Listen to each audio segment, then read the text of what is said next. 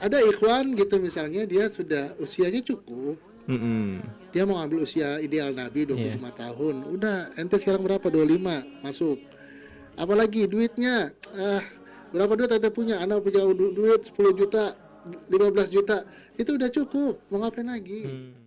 قد كفاني علم ربي من سؤالي واختياري. Katanya lebih baik apa gini lah bahasanya. Jadi lama tidak menikah tidak lebih parah dibanding dengan salah menikah katanya. Ini mungkin kaitannya dengan kehati-hatian kita memilih pasangan, Ustaz. Daripada misalkan tergesa-gesa dia niat nikah hanya karena motivasinya diledek terus, akhirnya dia minus. Itu gimana, Ustaz? Oke, jadi gini, memang ada hal yang perlu disegerakan, salah satunya adalah menikah. Yang pertama itu yang perlu disegerakan adalah mengurus jenazah, itu perlu disegerakan. Ya, kemudian menikah itu adalah salah satu yang perlu disegerakan. Memang menyegerakan menikah dengan tergesa-gesa dalam menikah, dua hal yang hampir mirip. Ya, kapan seorang itu harus bersegera dalam menikah? Yang pertama punya kemampuan, kata Nabi. Kalau udah punya kemampuan, tunggu apa lagi? Kang Iki, aduh jangan deh. Nggak apa-apa. Yang lain aja. Saya udah rindu. Ada ikhwan gitu misalnya dia sudah usianya cukup. Dia mau ambil usia ideal Nabi 25 tahun. Udah ente sekarang berapa? 25 masuk. Apalagi duitnya berapa duit ente punya, anak punya duit 10 juta 15 juta, itu udah cukup, mau ngapain lagi? Gitu ya, mau ngapain lagi? Itu kan, makanya itu poinnya. Kecuali kalau misalkan masih letih kene gitu ya, SMA udah mau nikah, itu baru tergesa-gesa. Istilahnya kalau orang udah usia balik, apalagi udah lulus SMA, apalagi sudah bekerja atau sudah punya aktivitas yang bisa menghasilkan uang, ya disegerakan, harus disegerakan. Kenapa? Karena ini perintah ya. Nah begitupun yang akhwat ya, yang akhwat ini sampai Nabi pernah bersabda kepada para orang tua ya. Nabi bersabda, idza qataba ilaikum man tardawna dinahu wa khuluquhu fazawijuhu.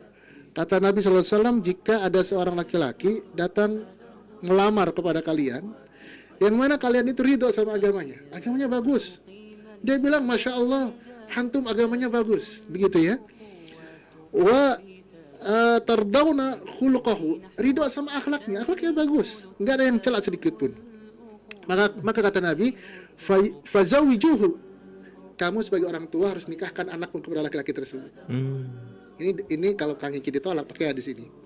Gitu. Iya. Siap. Karena kata Nabi, illa taf'alu takun fitnatun fil ardi wa fasadun arid. Kalau engkau coba-coba nolak, maka akan terjadi fitnah di muka bumi ini dan kerusakan yang sangat nyata.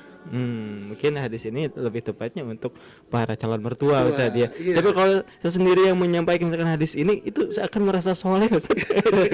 Kan kelihatan atau kalau orang dari akhlaknya kelihatan, dari agamanya kelihatan. Jadi bahkan ketika hal ini diucapkan, para sahabat bertanya, ya Rasulullah, kalau memang ada laki-laki yang akhlaknya kita ridho, yang agamanya kita ridho, tapi ada satu hal yang kita nggak suka sama orang tersebut, yang mungkin kurang ganteng lah, atau mungkin kurang kaya sedikit, begitu ya. Apakah kami boleh nolak? Kata Nabi mengulang hadis ini sampai 3 kali. Jika ada laki-laki mengkhitbah anakmu, engkau ridho sama agamanya, engkau ridho sama akhlaknya, nikahkan. Sampai 3 kali ngomong begitu. Saking apa?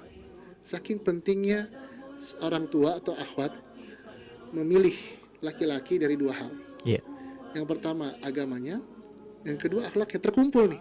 Agamanya bagus, akhlaknya bagus, terkumpul. Karena ada laki-laki yang dia agamanya bagus, tapi akhlaknya nggak bagus. Dia lulusan pesantren, lulusan Timur Tengah, tapi sama istri kasar, akhlaknya jelek. Ada yang agamanya jelek, tapi akhlaknya masya Allah, santun, cuman dia masih merokok atau apa. Ini laki-laki datang, ganteng, agamanya bagus, akhlaknya bagus, dompetnya lumayan tebal, ditolak. Coba ya. Maksudnya apa? Iya, kan? Jadi hadis ini juga menuntut kepada akhwat bersegera menikah. Jadi hadis yang pertama ya masyarus syabab, meminta laki-laki untuk segera menikah. Yang perempuan bersegera menikah juga kalau sudah ketemu calonnya yang cocok. Jadi dua proses ini apa coba? Nggak ada yang namanya pacaran.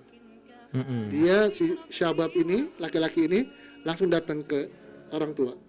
Orang tua menerima dan langsung disegerakan. Udah selesai. Ya, makanya poinnya menyegerakan menikah itu lebih baik. Daripada menunda-nunda dengan alasan karir, alasan sekolah. Menurut saya ya, kalau kita punya kesemangatan menikah, khusus laki-laki, sudah ada semuanya, maka nikah saja sudah. Sekolah nanti akan terus berjalan. Banyak ikhwah itu menjadi dokter setelah memiliki istri, setelah memiliki anak. Begitu. Jadi sebenarnya antara menikah dengan pengembangan karir, pengembangan sekolah itu dua hal yang tidak saling bertentangan, bahkan saling mendukung dan menguatkan. قد كفاني علم ربي من سؤال